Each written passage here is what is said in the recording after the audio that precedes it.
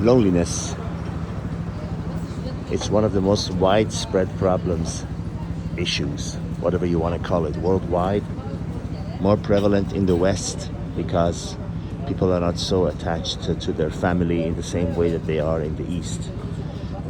For example, an older person past 30 it would not be abnormal to still be living with their parents in the East, but in the West that's frowned upon.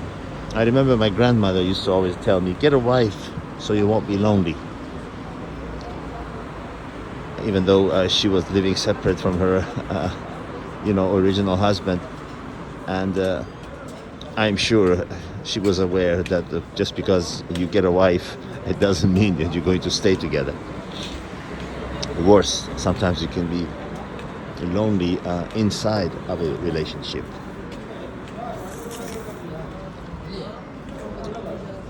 When we're together with others, sometimes we crave to be alone, and when we're alone for extended periods of time, which is not a healthy thing, not at all.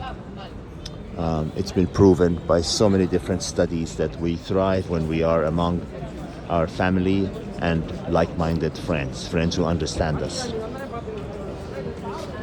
But if you're looking for a utopia situation, you're not going to find it because it doesn't exist. People are either in a short-lived ideal situation, whereas my father used to say, where you got all four wheels on the ground. But how often have we been in this situation where we got everything going, all cylinders pumping away, and then something changes and we realize that was just a fleeting thing. Periods where things are going right are fleeting. Thank God. Same holds true for periods where things are not going right.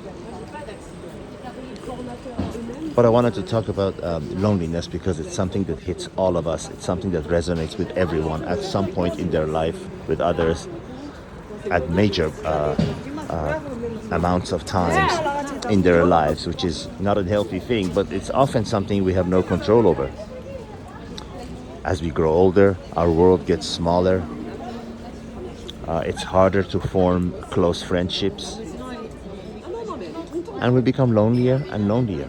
Our friends die, our relatives die, our parents die, and we become lonelier and lonelier.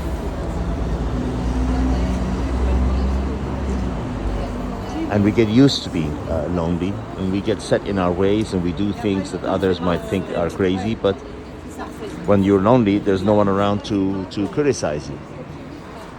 And you get together with other people that have been lonely for a long time, and you realize that they also have gotten used to their ways of being lonely most of the time. So you get together for short periods of time, and they go back to their own lonely life, and you go back to your own. Is there a solution? I always believed, and it's been said, that offering a problem and an issue without offering a solution is madness. It's useless, waste, it's hot air. So I'm saying, if you find yourself in that situation, the best solution really is to get together with like-minded people. And I know it's all harder when you're older, when you're out of school, when you're out of office work and all that. But the easiest way, the best chance you have of finding like-minded friends is through like-minded activities. If, for example, you like golf, or you like bowling, or you like, this and that, whatever it is. When you engage in those activities, then you come across other people that at least like that activity, and through that you can pick and choose the ones whose personality is more close to you and the ones that you enjoy being with and understand each other. You understand each other.